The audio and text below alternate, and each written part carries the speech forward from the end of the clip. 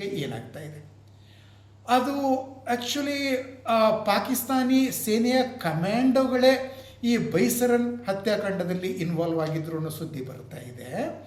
ಮತ್ತು ಅದಾದ ನಂತರ ಭಾರತ ಒಂದು ಬೆದರಿಕೆ ಒಡ್ಡಿದಾಗ, ಅಥವಾ ಭಾರತ ನೇರ ಬೆದರಿಕೆ ಒಡ್ಡಿಲ್ಲ, ಆದರೆ ಭಾರತದ ರಕ್ಷಣಾ ಪಡೆಗಳ ಒಂದು ಚಲನವಲನ ಇದೆಯಲ್ಲ, ಅದು ಪಾಕಿಸ್ತಾನಕ್ಕೆ ಯಾವ ರೀತಿಯ ಆತಂಕವನ್ನು ಉಂಟು ಮಾಡಿದೆ ಅಂತ ಹೇಳಿದ್ರೆ, ಬೇರೆ ಕಡೆ ಇದ್ದ ಎಲ್ಲ ಟ್ಯಾಂಕ್ಗಳನ್ನು ಲಾಹೋರ್ ಡಿವಿಷನ್ಗೆ ಮತ್ತು ಲೈನ್ ಆಫ್ ಆ್ಯಕ್ಚುಯಲ್ ಕಂಟ್ರೋಲ್ ಅಂತ ನಿಮಗೆ ಹೇಳೋದಕ್ಕಾಗಲ್ಲ, ಯಾಕೆಂದರೆ ಪಾಕಿಸ್ತಾನವೇ ಶಿಮ್ಲಾ ಅಗ್ರಿಮೆಂಟನ್ನು ರದ್ದು ಮಾಡಿದೆ. ಸೊ ಅದನ್ನು ನಾವು ಕದನ ವಿರಾಮ ರೇಖೆ ಅಂತ ಹೇಳ್ಬೋದು, ಅಲ್ಲಿಗೆ ಸಾಗಿಸ್ತಾ ಇದೆ. ಅಷ್ಟೇ ಅಲ್ಲ, ಇಸ್ಲಾಮಾಬಾದ್, ರಾವಲ್ಪಿಂಡಿ, ಲಾಹೋರ್, ಕರಾಚಿ, ಜತೆಗೆ ಪಾಕಿಸ್ತಾನ ಆಕ್ಯುಪೈಡ್ ಕಾಶ್ಮೀರ್ನಲ್ಲಿ ನಮ್ಮ ಕಾರ್ಗಿಲ್ಗೆ ಹತ್ತಿರದಲ್ಲಿರುವಂಥ ಸ್ಕಾರ್ದು ಮೇಲೆ ಪಾಕಿಸ್ತಾನದ F-16 ಯುದ್ಧ ವಿಮಾನಗಳು ನಿರಂತರವಾಗಿ ಹಾರಾಟ ನಡೆಸ್ತಾ ಇವೆ. ಅಂದರೆ ಭಾರತೀಯ ವಾಯುಪಡೆ ಎಸಗಬಹುದಾದ ಯಾವುದೇ ಅನಿರೀಕ್ಷಿತ ದಾಳಿಯನ್ನು ತಡೆಗಟ್ಟೋದಕ್ಕೋಸ್ಕರ. ಅಂದರೆ F-16 ಫೈಟರ್ ಬಾಂಬರ್ಸ್ 1 ಗಂಟೆಯ ಹಾರಾಟಕ್ಕೆ ಸುಮಾರು $50,000 ಖರ್ಚಾಗ್ತವಂತೆ. ಇವನು J-17 ಅವ್ರು ಇನ್ನೂ ಅದನ್ನು ಆಕಾಶಕ್ಕೆ ಏರಿಸಿಲ್ಲ. ಅದರ ಕಾರಣ ಚೀನಿಯರೇ ಹೇಳಿದ್ದಾರಂತೆ ಅದನ್ನು ಸದ್ಯಕ್ಕೆ ಉಪಯೋಗಿಸಬೇಡಿ ಅಂತ. ಅದ್ರ ಬಗ್ಗೆ ನಮಗೆ ಕಾನ್ಫ್ಲಿಕ್ಟಿಂಗ್ ವಿವರಗಳು ಬರ್ತವೆ, ಅದನ್ನು 1 ನಿಮಿಷದ ನಂತರ ಹೇಳ್ತೀನಿ.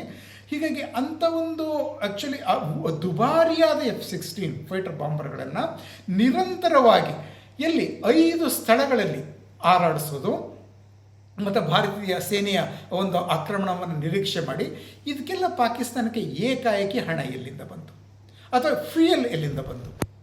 ಇದೆಲ್ಲ ಬಂದದ್ದು ಚೈನಾದಿಂದ. ಓಕೆ, ಇಲ್ಲಿ ಈ ಘಟನೆ ಏನು ಹೇಳುತ್ತೆ ಅಂದರೆ, ಚೀನಿ ಮುಖವಾಡವನ್ನು ಸಂಪೂರ್ಣವಾಗಿ ಕಿತ್ತು ಹಾಕಿಬಿಟ್ಟಿದೆ.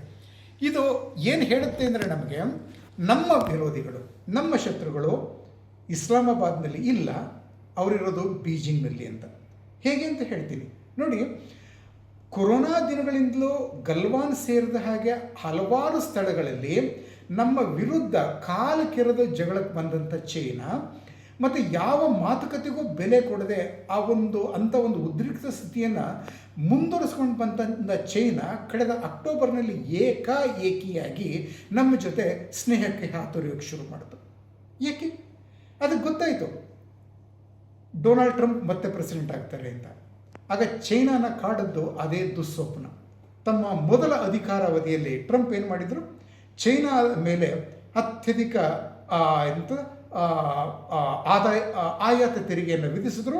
ಸುಂಕ ಸಮರವನ್ನು ಆರಂಭಿಸಿ ಸುಮಾರು $300 ಬಿಲಿಯನ್ ಚೀನಿ ವಸ್ತುಗಳು ಅಮೆರಿಕದ ಮಾರುಕಟ್ಟೆಗೆ ಬಾರದ ಹಾಗೆ ತಡೆದುಬಿಟ್ರು. ಚೈನಾಗೆ ದೊಡ್ಡ ಲಾಸ್ ಅದು. ನೋಡಿ, ಚೈನೀಸ್ ಇಕಾನಮಿ ಇದೆಯಲ್ಲ, ಅದು ಕನ್ಸ್ಯೂಮರ್ ಇಕಾನಮಿ ಅಲ್ಲ, ಅದು ಆ್ಯಕ್ಚುಲಿ ಉತ್ಪಾದಕ. ಅದು ಪ್ರೊಡ್ಯೂಸ್ ಮಾಡ್ತದೆ, ಇಡೀ ಪ್ರಪಂಚಕ್ಕೆ ಮಾರ್ತದೆ. ಅಮೆರಿಕ ಅದೊಂದು ಕನ್ಸ್ಯೂಮರ್ ಇಕಾನಮಿ, ಚೀನಿ ಉತ್ಪನ್ನಗಳ ಅತಿ ದೊಡ್ಡ ಗಿರಾಕಿ. ಸೊ ಅಮೆರಿಕ ಚೀನಾದ ವಸ್ತುಗಳನ್ನ ಖರೀದಿಸೋದಿಲ್ಲ ಅಂತ ಹೇಳಿದ್ರೆ ಚೀನಾದ ಹಲವಾರು ಕೈಗಾರಿಕೆಗಳು ಮುಚ್ಚಿ ಹೋಗ್ತವೆ. ಆ ರೀತಿ ಆಯಿತು 2018-19ನಲ್ಲಿ. ಒಂದು ವೇಳೆ ಟ್ರಂಪ್ ಅದನ್ನೇ ಮಾಡಿದ್ರೆ ಹೇಗೆ? ಆಗ ಏಕಾಏಕಿ ನಮ್ಮ ಕಾರ್ಖಾನೆಗಳನ್ನ ಮುಚ್ಚೋದಕ್ಕಾಗ್ತದ? ಆವಾಗ ಚೀನಾದ ಒಂದು ಉತ್ಪನ್ನಗಳು ಅಂಥದ್ದು GDP ಈಗಾಗಲೇ ಕಡಿಮೆ ಆಗಿರೋದು ಇನ್ನೂ ಕಡಿಮೆ ಆಗಿಬಿಡ್ತದೆ.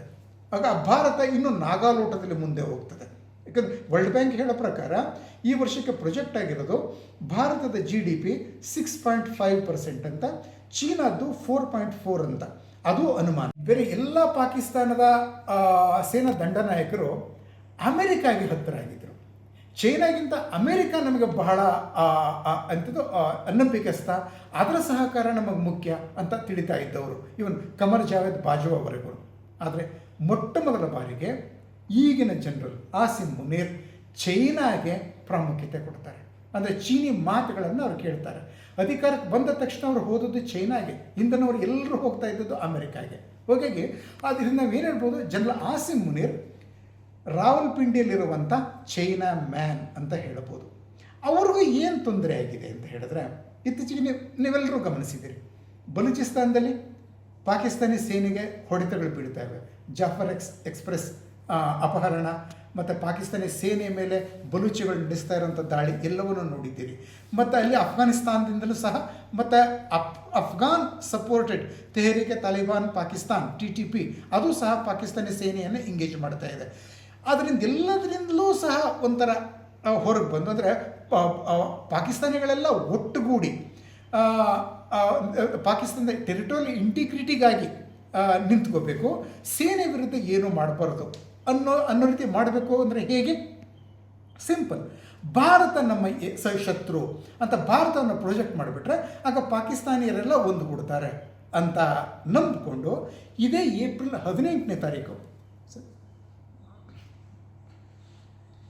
ಆಮೇಲೆ ಎಡಿಟ್ ಮಾಡ್ಕೊಳ್ಳಿ ಅದನ್ನು. ಸೊ ಇದೆ ಏಪ್ರಿಲ್ 18ರಂದು ಅವ್ರು ಏನು ಮಾಡಿದ್ರು, ಈ NRP ನಾನ್ ರೆಸಿಡೆಂಟ್ ಪಾಕಿಸ್ತಾನೀಸ್ ಅವ್ರನ್ನ ಉದ್ದೇಶಿಸಿ ಮಾತನಾಡ್ತಾ 2 ನೇಷನ್ಸ್ ಥಿಯರಿಯನ್ನು ಹೇಳಿದ್ರು. ಅಂದರೆ ನಾವು ಹಿಂದೂಗಳಿಗಿಂತ ನಾವು ಬೇರೆ, ಎಲ್ಲದರಲ್ಲೂ ಬೇರೆ, ಹಲವಾರು ವಿಷಯಗಳು ಹೇಳಿದ್ರು. ಧರ್ಮದಲ್ಲಿ, ಆಶೋತ್ತರಗಳಲ್ಲಿ, ನಮ್ಮ ರೀತಿ ರಿವಾಜುಗಳಲ್ಲಿ, ಎಲ್ಲದರಲ್ಲೂ ಬೇರೆ ಅಂತ ಹೇಳಿ ಅದಕ್ಕಾಗಿ ನಮ್ಮ ಫೋರ್ ಫಾದರ್ಸ್ ಪಾಕಿಸ್ತಾನ ಸೃಷ್ಟಿ ಮಾಡಿದ್ರು, ಅದನ್ನು ಉಳಿಸ್ಕೋಬೇಕು, ಅಂದರೆ ಪಾಕಿಸ್ತಾನವನ್ನು ಒಡಿಬಾರ್ದು, ಉಳಿಸ್ಕೋಬೇಕು ಅಂತ ದೊಡ್ಡದಾಗಿ ಭಾಷಣ ಮಾಡಿದ್ರು. ಓಕೆ, ಸೊ ಆದರೆ ಅದರರ್ಥ ಏನು? ಪಾಕಿಸ್ತಾನಿ ಸೇನೆ ವಿರುದ್ಧ, ಪಾಕಿಸ್ತಾನದ ಸೆಂಟ್ರಲ್ ಗೌರ್ಮೆಂಟ್ ವಿರುದ್ಧ ಹೋರಾಡ್ತಾ ಇರುವ ಎಲ್ಲರನ್ನೂ ಸಹ ತಮ್ಮ ಕಡೆಗೆ ಸೆಳೆಕೊಳ್ಳುವಂಥ ಒಂದು ಪ್ಲ್ಯಾನ್ ಇದು. ಓಕೆ, ಸೊ ಹೀಗಾಗಿ ಏನಾಗಿದೆ, ಅದು ಅವರು ಸಹ ಅಂದರೆ ಭಾರತದ ಒಂದು ಬೋಗಿ ಅಂಥದ್ದು ಇಂಡಿಯಾಸ್ ಥ್ರೆಟ್ ಅನ್ನೋ ಬೋಗಿನ ಕ್ರಿಯೇಟ್ ಮಾಡೋದಕ್ಕೋಸ್ಕರ LOCನಲ್ಲಿ ಅವಾಗ ಸಣ್ಣ ದಾಳಿ ನಡೆಸೋದು, ಅದು ಪೂರ್ತಿ ಅದನ್ನು ಬ್ಲೇಮ್ ಇಂಡಿಯಾ ಮೇಲೆ ಹಾಕೋದು, ಅದೆಲ್ಲ ಪಾಕಿಸ್ತಾನಿ ಪ್ರೆಸ್ನಲ್ಲಿ ಇಂಡಿಯಾದ ವಿರುದ್ಧ ಸುದ್ದಿಗಳೇ ಬರೋದು, ಇಂಡಿಯಾ ಅಟ್ಯಾಕ್ ಮಾಡ್ತಾ ಇದೆ, ಇಂಡಿಯನ್ ಆರ್ಮಿ ಅಂತ ಸುದ್ದಿ ಹಾಕೋದು, ಹಿಂಗೆಲ್ಲ ಮಾಡ್ತಾಯಿದ್ರು. ಓಕೆ, ಸೊ ಹೀಗಾಗಿ ಏನಾಗಿದೆ, ಅಗತ್ಯ ಇರಲಿ ಅಂತ ಹೇಳಿ ಟೆರರಿಸ್ಟ್ಗಳನ್ನು ಕಳಿಸಿದ್ರು, ಇವನ್ ಕಮಾಂಡರ್ಗಳನ್ನು. ಓಕೆ, ಕಳೆದ 1 ವರ್ಷದಿಂದ ಅವಾಗ ಸಣ್ಣ ಪುಟ್ಟ ಘಟನೆಗಳು ಅವಾಗ ನಡೀತಾ ಇದ್ರು. 2 ತಿಂಗಳ ಹಿಂದೆ ಇವನ್ ಇದರಲ್ಲಿ ಬಾಂಡೀಪುರ ಇದರಲ್ಲಿ ಎಂಥದ್ದು ಹೊಡೆದ, ಆ್ಯಕ್ಚುಲಿ ಅದು ಬಾರಾಮುಲ್ಲಾ ಏರಿಯಾದಲ್ಲಿ ಪಾಕಿಸ್ತಾನಿ ಸೋಲ್ಜರ್ಸೇ ಲೈನ್ ಆಫ್ ಆ್ಯಕ್ಚುಯಲ್ ಕಂಟ್ರೋಲನ್ನು ದಾಟ್ಕೊಂಡು ಒಳಗೆ ಬರೋಕ್ಕೆ ಪ್ರಯತ್ನ ಪಟ್ಟಿದ್ರು. ಇಂಡಿಯನ್ ಆರ್ಮಿ ಕೆಲವ್ರನ್ನ ಕೊಂದಿತು ಅಂತಲೂ ಸುದ್ದಿ. ಇಷ್ಟೆಲ್ಲ ಅಂದರೆ ಅವಾಗ ಅಂದರೆ ಸುಮ್ಮನೆ ಇಂಡಿಯನ್ ಆರ್ಮಿ ಈ ರೀತಿ ಮಾಡ್ತಾ ಇದೆ, ನಾವೇನು ಮಾಡ್ತಾ ಇಲ್ಲ ಅಂತ ತನ್ನ ಜನರಲ್ಲಿ ಪ್ರಚಾರ ಮಾಡೋದಕ್ಕೋಸ್ಕರ ಈ ಜನರಲ್ ಆಸಿಮ್ ಮುನೀರ್ ಮಾಡ್ತಾ ಇದ್ದಂಥ ಈ ಒಂದು ತಂತ್ರಗಳು ಇವೆಲ್ಲ. ಅದಕ್ಕೋಸ್ಕರ ಪಾಕಿಸ್ತಾನಿ ಟೆರರಿಸ್ಟ್ ಈಗಾಗಲೇ ಇದ್ದರು, ಮತ್ತು ಅವರಿಗೆ ಲೋಕಲ್ ಸಪೋರ್ಟ್ ಯಾವಾಗಲೂ ಇದ್ದೇ ಇರ್ತದೆ. ಓಕೆ, ಅದು ಎಷ್ಟೇ ಮಾಡಿ ಎಷ್ಟೇ 90% ಕಾಶ್ಮೀರಿಗಳು ನಮ್ಮನ್ನು ಒಪ್ಪಿಕೊಂಡ್ರೂ ಸಹ ಪಾಕಿಸ್ತಾನ ಪರವಾಗಿ ಹೋರಾಡುವಂಥ ಜೀವನ ಕೊಡುವಂಥ ಜನರು ಅಲ್ಲಿದ್ದಾರೆ. ಅವರು ಸೇರ್ಕೊಂಡು ಏನು ಮಾಡಿದ್ರು, ಬೈಸರನ್ ವ್ಯಾಲಿನಲ್ಲಿ ಕಳೆದ 1 ವಾರ 10 ದಿನಗಳಿಂದಲೂ ರೇಖಿ ನಡೆಸ್ತಾ ಇದ್ರು, ಪೂರ್ವ ಪರೀಕ್ಷಣೆ. ಆ ವರದಿಗಳು ಬಂದಿವೆ.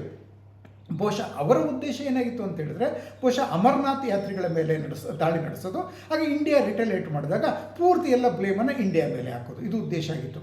ಆದರೆ ಯಾವಾಗ ಚೈನಾದ ಆಸೆಗಳಿಗೆಲ್ಲ ತಣ್ಣೀರೆರಚಿ ಭಾರತ ಚೀನಿ ಸ್ಟೀಲ್ ಮೇಲೆ 12% ಟ್ಯಾಕ್ಸ್ ಹಾಕಿ ನಾನು ಅಮೆರಿಕ ಜೊತೆ ಇದ್ದೀನಿ, ನಿನ್ನ ಕಡೆ ಬರಲ್ಲ ಅಂತ ಇಂಡಿಯಾ ಹೇಳಿಬಿಡ್ತೋ, ತಕ್ಷಣ instantly in touch with Karachi and Muzaffarabad. ಕರಾಚಿಯಿಂದನೇ 9/11 ದಾಳಿಕಾರರು ಬಂದಿದ್ದದ್ದು, ಮತ್ತು ಮುಜಫರಾಬಾದ್ ಪಾಕಿಸ್ತಾನ ಆಕ್ಯುಪೈಡ್ ಕಾಶ್ಮೀರದ ರಾಜಧಾನಿ.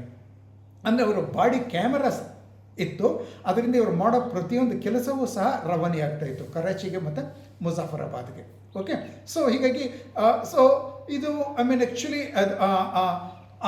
ಇಷ್ಟೆಲ್ಲ ಆದ ನಂತರ ಇಂಥದನ್ನೆಲ್ಲ ಮಾಡಿ ಕೊನೆಗೆ ಬ್ಲೇಮನ್ನು ಇಂಡಿಯಾ ಮೇಲೆ ಹಾಕೋದು, ಅದನ್ನೇ ಪಾಕಿಸ್ತಾನ ಮಾಡೋದು. ಓಕೆ, ಇಂಡಿಯಾನ ತಾನೇ ಮಾಡಿ ನಮ್ಮ ಮೇಲೆ ಹಾಕ್ತಾ ಇದೆ. ಅದರಿಂದ ತನ್ನ ತಪ್ಪಿಗೆ ನಮ್ಮನ್ನು ಅಟ್ಯಾಕ್ ಮಾಡೋದಕ್ಕೆ ಇಂಡಿಯಾ ತಾನೇ ಒಂದು ಕಾರಣ ಸೃಷ್ಟಿ ಮಾಡಿಕೊಂಡಿದೆ. ಹೀಗಂತ ಪಾಕಿಸ್ತಾನದ ಡಿಫೆನ್ಸ್ ಮಿನಿಸ್ಟರ್ ಖ್ವಾಜಾ ಆಸಿಫ್ ಹೇಳಿದ್ದು ಇದನ್ನೇ.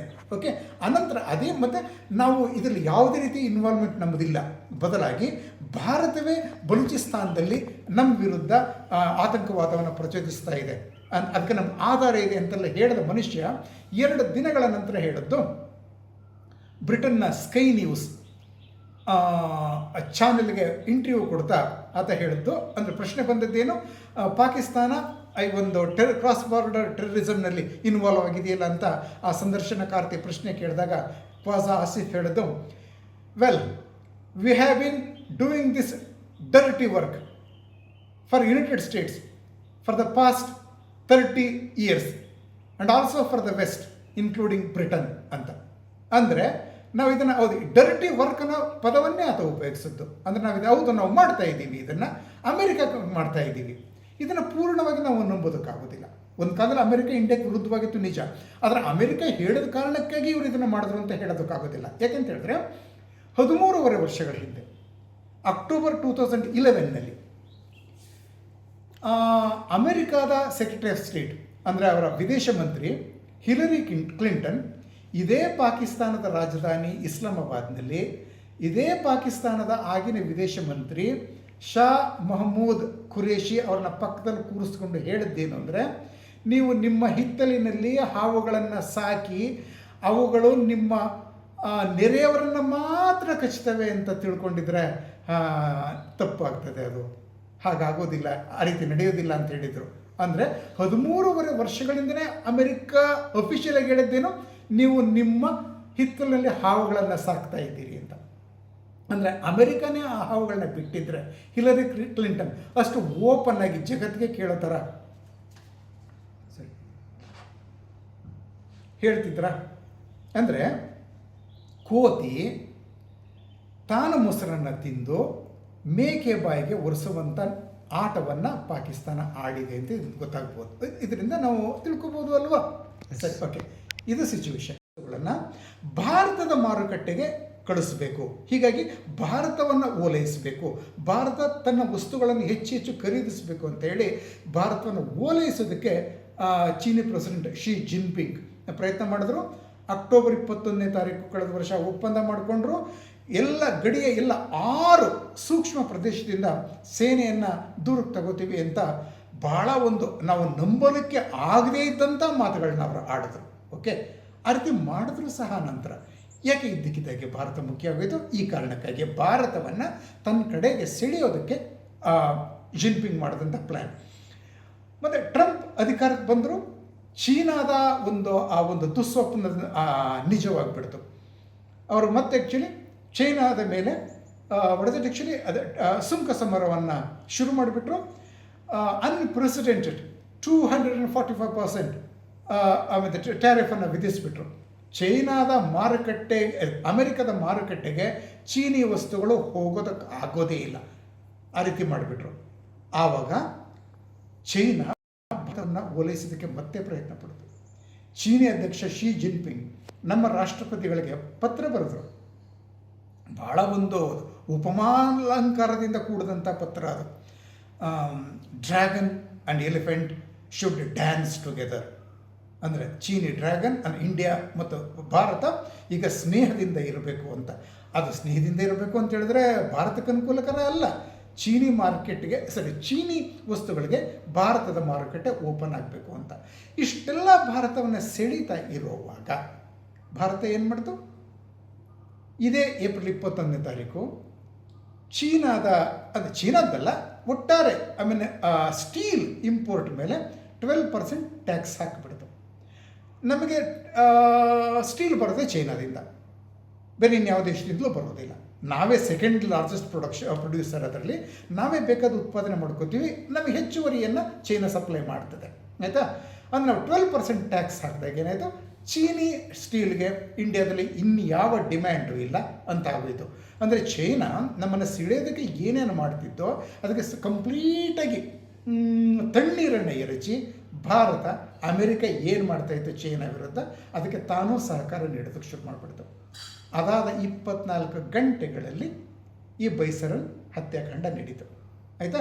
ಇದನ್ನು ನೋಡಿ ಅದರಲ್ಲಿ ತಯಾರಾಗಿದ್ದೀರಾ ಇದು ಸಹಜ. ಆ್ಯಕ್ಚುಲಿ ಈ ಸಾಧ್ಯತೆ ಇದೆ. ಇದನ್ನು ಕಳೆದ ಕೆಲವು ತಿಂಗಳಿಂದಲೂ ಸಹ ಭಾರತವನ್ನು ಓಲೈಸಬೇಕು.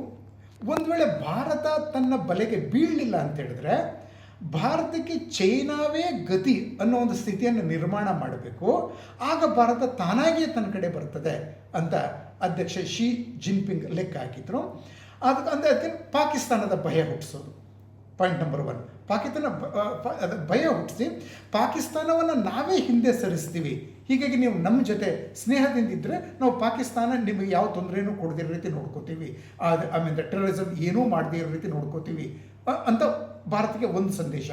ಜೊತೆಗೆ ಭಾರತ ಮತ್ತು ಪಾಕಿಸ್ತಾನ ನಡುವೆ ಟೆನ್ಷನನ್ನು ಉಂಟು ಮಾಡಿದ್ರೆ ಆಗ ಹೆಚ್ಚೆಚ್ಚಲಿ ಮಲ್ಟಿನ್ಯಾಷನಲ್ ಕಂಪನಿಗಳು, ಈಗ ಫಾಕ್ಸ್ಕಾನ್, ಆ್ಯಪಲ್, ಬೇರೆ ಬೇರೆ ಎಲ್ಲರಿಗೂ ಹೇಳೋದು, ಯಾವುದೇ ಕ್ಷಣದಲ್ಲಿ ಇಂಡಿಯಾ ಮತ್ತು ಪಾಕಿಸ್ತಾನ ನಡುವೆ ಯುದ್ಧ ಆಗ್ತದೆ, ಆಗ ನೀವು ನಮ್ಮಲ್ಲಿಂದ ನಿಮ್ಮ ಒಂದು ಪ್ರೊಡಕ್ಷನ್ ಯೂನಿಟ್ಸನ್ನು ಭಾರತಕ್ಕೆ ಟ್ರಾನ್ಸ್ಫರ್ ಮಾಡಿದ್ರೆ ಅದನ್ನು ಮುಚ್ಚಬೇಕಾಗತ್ತೆ ನೀವು ಸದ್ಯದಲ್ಲಿ ಅನ್ನೋ ಒಂದು ಎಚ್ಚರಿಕೆಯನ್ನು ಅವ್ರಿಗೆ ಕೊಡೋದು. ಹೀಗಾಗಿ ಚೈನಾದಿಂದ ಅವ್ರು ಯಾರೂ ತಮ್ಮ ಪ್ರೊಡಕ್ಷನ್ ಯೂನಿಟ್ಸನ್ನು ಇಂಡಿಯಾಗೆ ಶಿಫ್ಟ್ ಮಾಡಬಾರ್ದು. ಇದು ಚೀನಾದ ಉದ್ದೇಶ ಆಗಿತ್ತು. ಇದಕ್ಕೆ ಪಾಕಿಸ್ತಾನ ಕೋಪರೇಷನ್ ಮಾಡುತ್ತೆ. ಹೀಗೆ ಪೆಹಲ್ಗಾಮ್ ಹತ್ಯಾಕಾಂಡವನ್ನು ಎಸಗಿ ಪಾಕಿಸ್ತಾನ ಭಾರತವನ್ನು ಕೆರಳಿಸಿದ್ದು ಎಷ್ಟರ ಮಟ್ಟಿಗೆ ಆ ದೇಶಕ್ಕೆ ಅನುಕೂಲ ತರಬಹುದು ಅಥವಾ ಅನಾನುಕೂಲ ತರಬಹುದು. ಇದರಿಂದ ದಕ್ಷಿಣ ಏಷ್ಯಾದ ಈ ಒಂದು ಭೂ ರಾಜಕೀಯ ಮತ್ತು ಭೂ ಸಾಮರಿಕ ಸ್ಥಿತಿಗತಿಗಳ ಮೇಲೆ ಏನು ಪರಿಣಾಮ ಬೀರ್ಬೋದು ಅನ್ನೋದನ್ನು ಇಡೀ ಜಗತ್ತು ಇವಾಗ ಬಹಳ ಕುತೂಹಲದಿಂದ ಮತ್ತು ಆಸಕ್ತಿಯಿಂದ ನೋಡ್ತಾ ಇದೆ. ನೋಡಿ, ಭಾರತವನ್ನು ಕೆರಳಿಸುವಂಥ ಪ್ರಯತ್ನ ಮಾಡೋದಕ್ಕೆ ಪಾಕಿಸ್ತಾನ ಹೊರಡೋ ಸಾಧ್ಯತೆ ಇರಲಿಲ್ಲ. ಇತ್ತೀಚಿನ ಕೆಲ ದಿನಗಳವರೆಗೂ ಪಾಕಿಸ್ತಾನದ ವರ್ತನೆಯನ್ನು ನೋಡಿದ್ರೆ ಅಂಥ ಒಂದು ದುಸ್ಸಾಹಸಕ್ಕೆ ಪಾಕಿಸ್ತಾನ ಮನಸ್ಸು ಮಾಡಿರಲಿಲ್ಲ, ತಯಾರಾಗಿಯೂ ಇರಲಿಲ್ಲ. ಏಕೆಂದರೆ ಕಳೆದ ಆಲ್ಮೋಸ್ಟ್ 2 ವರ್ಷಗಳನ್ನು ತಗೊಂಡ್ರೆ ಭಾರತ ಪಾಕಿಸ್ತಾನ ಗಡಿ ಬಹುತೇಕ ಶಾಂತವಾಗಿತ್ತು ಮತ್ತು ಅದಕ್ಕೆ ವಿರುದ್ಧವಾಗಿ ಪಾಕಿಸ್ತಾನ ಅಫ್ಘಾನಿಸ್ತಾನ ಗಡಿ ಉದ್ರಿಕ್ತ ಆಗಿತ್ತು. ಅಲ್ಲಿ 2 ಮಾಜಿ ಸ್ನೇಹಿತರ ನಡುವೆ ಮತ್ತೆ ಘರ್ಷಣೆಗಳಾಗ್ತಾ ಇದ್ವು. ಜೊತೆಯಲ್ಲಿ ಪಶ್ಚಿಮದ ಬಲೂಚಿಸ್ತಾನದಲ್ಲಿ ಸಹ ಬಲೂಚಿ ಸ್ವಾತಂತ್ರ್ಯ ಆಂದೋಲನಕಾರರು ಪಾಕಿಸ್ತಾನಿ ಸೇನೆಗೆ ಸ್ಪರ್ಧೆ ಒಡ್ಡಿದರು. ಆ ಕಾರಣದಿಂದ ಪಾಕಿಸ್ತಾನಿ ಸೇನೆಯ ಸುಮಾರು 40 ಕಡಿಮೆ ಅಂದರೂ 40% ಅಫ್ಘಾನ್ ಗಡಿಯಲ್ಲಿತ್ತು. ಇನ್ನಷ್ಟು ದೊಡ್ಡ ಭಾಗ ಬಲೂಚಿಸ್ತಾನದಲ್ಲಿತ್ತು. ಭಾರತ ಪಾಕಿಸ್ತಾನ ಗಡಿಯಲ್ಲಿ ಇದ್ದದ್ದು ಬಹಳ ಕಡಿಮೆ ಸೈನಿಕರು. ಇನ್ಫ್ಯಾಕ್ಟ್ ಕಳೆದ ಒಂದು 30-40 ವರ್ಷಗಳನ್ನ ತಗೊಂಡ್ರೆ, ಅಥವಾ ಕಾಶ್ಮೀರ್ ಕ್ರೈಸಿಸ್ ಶುರುವಾದಂಥ 35 ವರ್ಷಗಳನ್ನ ತಗೊಂಡ್ರೆ, ಮೊಟ್ಟ ಮೊದಲ ಬಾರಿಗೆ ಭಾರತದ ಗಡಿಯಲ್ಲಿ ಪಾಕಿಸ್ತಾನ ತನ್ನ ಹೆಚ್ಚಿನ ಸೈನಿಕರನ್ನೇ ಇಟ್ಟಿರಲಿಲ್ಲ. ಇತ್ತೀಚೆಗೆ ಅವಾಗವಾಗ ಕೆಲವು ಇನ್ಫಿಲ್ಟ್ರೇಷನ್ ಆಗ್ತಾಯಿತ್ತು, ಒಪ್ಕೊಳ್ಳೋಣ. ಆದರೆ 10 ವರ್ಷಗಳ ಹಿಂದೆಯೂ ನಡೀತಾ ಇದ್ದದಕ್ಕೆ ಗಮನಿಸಿದ್ರೆ, ಅಥವಾ 2016ರಿಂದ ಬೆಳವಣಿಗೆಗಳಿಗೆ ಗಮನಿಸಿದ್ರು ಸಹ ಇದು ಬಹಳ ಕಡಿಮೆ. ಅಂಥ ಸ್ಥಿತಿನಲ್ಲಿ, ಅಂದರೆ ಭಾರತದಿಂದ ತನಗೇನೂ ಅಪಾಯ ಇಲ್ಲ ಅಂತ ಹೇಳಿ ಅಫ್ಘಾನಿಸ್ತಾನ ಮತ್ತು ಬಲೂಚಿ ರೆಬೆಲ್ಗಳ ಕಡೆಗೆ ಗಮನ ಕೊಟ್ಟಿದ್ದಂಥ ಪಾಕಿಸ್ತಾನ ಏಕಾಏಕಿ ಭಾರತವನ್ನು ಕೆಣಕುವಂಥ ಒಂದು ದುಸ್ಸಾಹಸಕ್ಕೆ ಇಳಿತದ. Point number 1. ಎರಡನೇದು, ಅವರ ಒಂದು ಪಾಕಿಸ್ತಾನದ ಒಂದು ಸೇನಾ ಸಾಮರ್ಥ್ಯವನ್ನು ಗಮನಿಸಿ. ಅವರಲ್ಲಿ ಮದ್ದುಗುಂಡುಗಳ ಕೊರತೆ ಇದೆ. ಏಕೆಂದರೆ ಯುದ್ಧದಲ್ಲಿ ಹೆಚ್ಚು ಭಾಗವನ್ನು ಹಣಕ್ಕೋಸ್ಕರ ಯುಕ್ರೇನ್ಗೆ ಮಾರಿಬಿಟ್ರು, ಯುಕ್ರೇನ್ ರಷ್ಯಾ ಯುದ್ಧದಲ್ಲಿ ಬಳಕೆಯಾಗಲಿ ಅಂತ. ಸ್ಮಾಲ್ ಆರ್ಮ್ಸ್ ಬಹಳಷ್ಟು, ಮತ್ತು ಟ್ಯಾಂಕ್ಗಳು ಮತ್ತು ವಾರ್ಪ್ಲೇನ್ಸ್ ಇವೆ. F-16 ಇದೆ, J-17 ಇದೆ, ಇಲ್ಲ ಅಂತಲ್ಲ.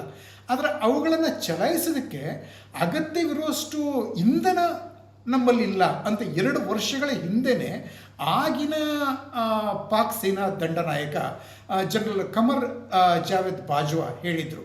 ಮತ್ತು ಮೊನ್ನೆ ಕಳೆದ ಜನವರಿ, ಅಂದರೆ ಈ ಜನವರಿಯಲ್ಲಿ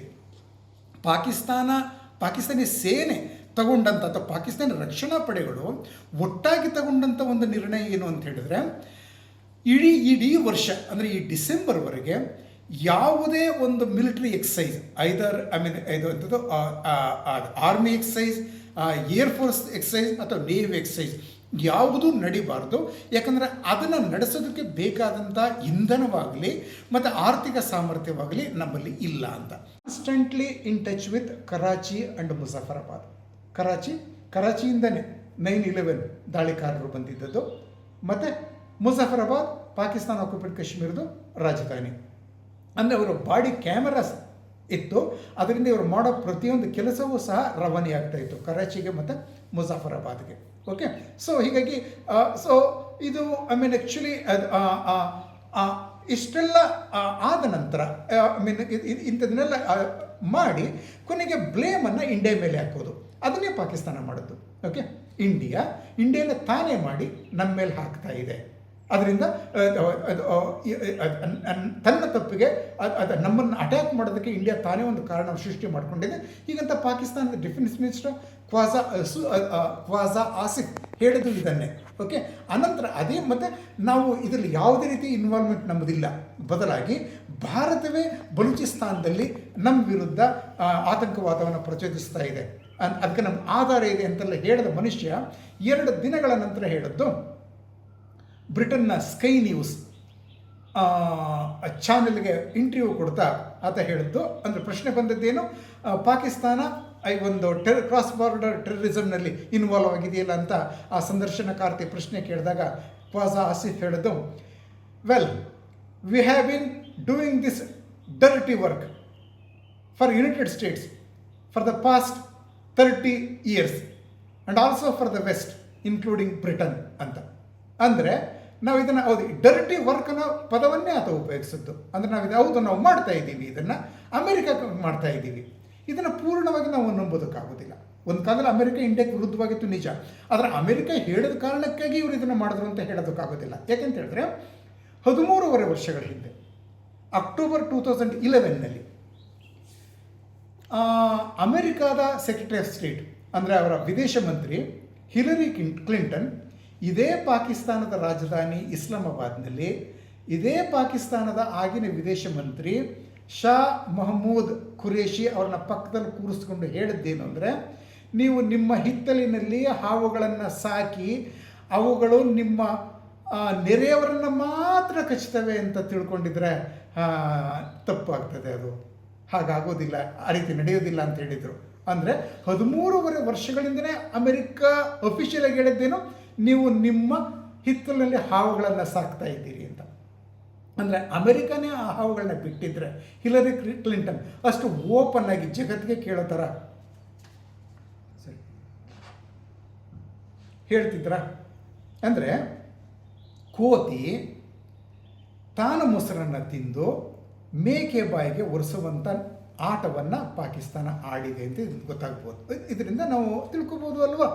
ಸರಿ, ಓಕೆ, ಇದು ಸಿಚುವೇಶನ್ಗಳನ್ನು ಭಾರತದ ಮಾರುಕಟ್ಟೆಗೆ ಕಳಿಸಬೇಕು. ಹೀಗಾಗಿ ಭಾರತವನ್ನು ಓಲೈಸಬೇಕು, ಭಾರತ ತನ್ನ ವಸ್ತುಗಳನ್ನು ಹೆಚ್ಚು ಖರೀದಿಸಬೇಕು ಅಂತೇಳಿ ಭಾರತವನ್ನು ಓಲೈಸೋದಕ್ಕೆ ಚೀನಿ ಪ್ರೆಸಿಡೆಂಟ್ ಶಿ ಜಿನ್ಪಿಂಗ್ ಪ್ರಯತ್ನ ಮಾಡಿದ್ರು. ಅಕ್ಟೋಬರ್ 21ನೇ ತಾರೀಕು ಕಳೆದ ವರ್ಷ ಒಪ್ಪಂದ ಮಾಡಿಕೊಂಡ್ರು. ಎಲ್ಲ ಗಡಿಯ 6 ಸೂಕ್ಷ್ಮ ಪ್ರದೇಶದಿಂದ ಸೇನೆಯನ್ನು ದೂರಕ್ಕೆ ತಗೋತೀವಿ ಅಂತ ಭಾಳ ನಾವು ನಂಬಲಿಕ್ಕೆ ಆಗದೇ ಇದ್ದಂಥ ಮಾತುಗಳನ್ನ ಅವರು ಆಡಿದ್ರು. ಓಕೆ, ಆ ರೀತಿ ಮಾಡಿದ್ರು ಸಹ ನಂತರ ಯಾಕೆ ಇದ್ದಕ್ಕಿದ್ದಾಗೆ ಭಾರತ ಮುಖ್ಯ ಆಗೋದು? ಈ ಕಾರಣಕ್ಕಾಗಿ ಭಾರತವನ್ನು ತನ್ನ ಕಡೆಗೆ ಸೆಳೆಯೋದಕ್ಕೆ ಜಿನ್ಪಿಂಗ್ ಮಾಡಿದಂಥ ಪ್ಲ್ಯಾನ್. ಮತ್ತು ಟ್ರಂಪ್ ಅಧಿಕಾರಕ್ಕೆ ಬಂದರು, ಚೀನಾದ ಒಂದು ದುಸ್ವಪ್ನ ನಿಜವಾಗಿಬಿಡ್ತು. ಅವರು ಮತ್ತೆ ಆ್ಯಕ್ಚುಲಿ ಚೈನಾದ ಮೇಲೆ ಆ್ಯಕ್ಚುಲಿ ಸುಂಕ ಸಮರವನ್ನು ಶುರು ಮಾಡಿಬಿಟ್ರು. ಅನ್ಪ್ರೆಸಿಡೆಂಟೆಡ್ 245% ಆಮೇಲೆ ಟ್ಯಾರಿಫನ್ನು ವಿಧಿಸಿಬಿಟ್ರು. ಚೈನಾದ ಮಾರುಕಟ್ಟೆ, ಅಮೆರಿಕದ ಮಾರುಕಟ್ಟೆಗೆ ಚೀನಿ ವಸ್ತುಗಳು ಹೋಗೋದಕ್ಕೆ ಆಗೋದೇ ಇಲ್ಲ, ಆ ರೀತಿ ಮಾಡಿಬಿಟ್ರು. ಆವಾಗ ಚೈನಾ ಭಾರತವನ್ನು ಓಲೈಸೋದಕ್ಕೆ ಮತ್ತೆ ಪ್ರಯತ್ನ ಪಡ್ತು. ಚೀನಿ ಅಧ್ಯಕ್ಷ ಶಿ ಜಿನ್ಪಿಂಗ್ ನಮ್ಮ ರಾಷ್ಟ್ರಪತಿಗಳಿಗೆ ಪತ್ರ ಬರೆದರು. ಭಾಳ ಒಂದು ಉಪಮಾಲಂಕಾರದಿಂದ ಕೂಡಿದಂಥ ಪತ್ರ ಅದು. Dragon and elephant should dance together. ಅಂದರೆ ಚೀನಿ ಡ್ರ್ಯಾಗನ್ ಇಂಡಿಯಾ ಮತ್ತು ಭಾರತ ಈಗ ಸ್ನೇಹದಿಂದ ಇರಬೇಕು ಅಂತ. ಅದು ಸ್ನೇಹದಿಂದ ಇರಬೇಕು ಅಂತ ಹೇಳಿದ್ರೆ ಭಾರತಕ್ಕೆ ಅನುಕೂಲಕರ ಅಲ್ಲ. ಚೀನಿ ಮಾರ್ಕೆಟ್ಗೆ ಚೀನಿ ವಸ್ತುಗಳಿಗೆ ಭಾರತದ ಮಾರುಕಟ್ಟೆ ಓಪನ್ ಆಗಬೇಕು ಅಂತ. ಇಷ್ಟೆಲ್ಲ ಭಾರತವನ್ನು ಸೆಳೀತಾ ಇರುವಾಗ ಭಾರತ ಏನು ಮಾಡ್ತು? ಇದೇ ಏಪ್ರಿಲ್ 21ನೇ ತಾರೀಕು ಚೀನಾದಲ್ಲ ಒಟ್ಟಾರೆ ಸ್ಟೀಲ್ ಇಂಪೋರ್ಟ್ ಮೇಲೆ 12% ಟ್ಯಾಕ್ಸ್ ಹಾಕಿಬಿಡ್ತು. ನಮಗೆ ಸ್ಟೀಲ್ ಬರೋದೇ ಚೈನಾದಿಂದ, ಬೇರೆ ಇನ್ಯಾವ ದೇಶದಿಂದಲೂ ಬರೋದಿಲ್ಲ. ನಾವೇ ಸೆಕೆಂಡ್ ಲಾರ್ಜೆಸ್ಟ್ ಪ್ರೊಡ್ಯೂಸರ್, ಅದರಲ್ಲಿ ನಾವೇ ಬೇಕಾದ ಉತ್ಪಾದನೆ ಮಾಡ್ಕೋತೀವಿ. ನಮಗೆ ಹೆಚ್ಚುವರಿಯನ್ನು ಚೈನಾ ಸಪ್ಲೈ ಮಾಡ್ತದೆ, ಆಯಿತಾ.